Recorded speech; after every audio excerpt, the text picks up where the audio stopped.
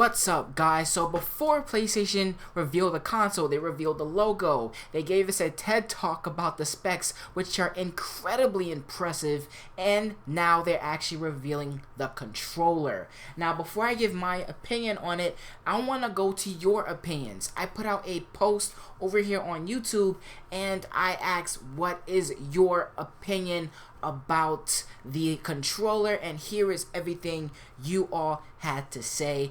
You guys are mainly God of War fans, so this is your reaction to the controller. Now, the comments were mostly positive. I'm really happy to see that. Some were negative, and it's okay that they're negative because this is like the first big redesign of the PlayStation controller. You know, we all got the DualShock 1, 2, and 3, even the DualShock 4, but this new controller is not called DualShock, it's called DualSense, which is really cool. I remember some details that came out about the controller is the fact it's going to be more pressure sensitive. So I don't really know what that entails. Like, I don't want to say things here that are probably not going to be true or are true, or, you know, I'm not exactly sure. But I heard that this controller is going to be more intimate with your gaming experience. Like, if you're pushing something, your controller is going to vibrate. If, like, explosions are happening, the individual buttons are going to vibrate. It might be harder to press down the R2 button. You might want to give it a little bit more strength when you're holding it down, because it's going to be harder to press it when intense moments happen. And let's say that you are on ice, and the place that your character on is more slippery.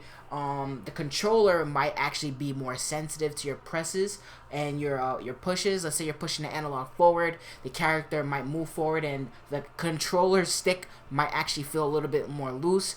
That's the best way I can explain it. I highly recommend you look it up for yourself, because I don't want to sit here spreading wrong information. But here is my opinion about the controller. Now, as I said, this is the first really big redesign since like the PS1. You know, all the controllers have pretty much remained kind of consistent. I think this controller is really cool looking. I don't hate it. However, I don't actually love it. You know, I think that it's better if we wait to see how it feels in our hands, because there are controllers out there that look great on the surface, but when you hold them, they feel like bulky, they feel too light. There is a perfect balance when it comes to these controllers, and I feel over the years PlayStation has, you know, they've come to a point where they've mastered their basic design. However, if they're going to have more technology in the controller, they need to have a somewhat of a bigger, thicker looking design to put in more of this tech that's going to be in the controller. Again, my only fear is that if you drop it, will this tech be a little bit more fragile? Because these PS4 controllers, they're very sturdy. Like, I drop them constantly. So I hope that the tech inside is not as fragile.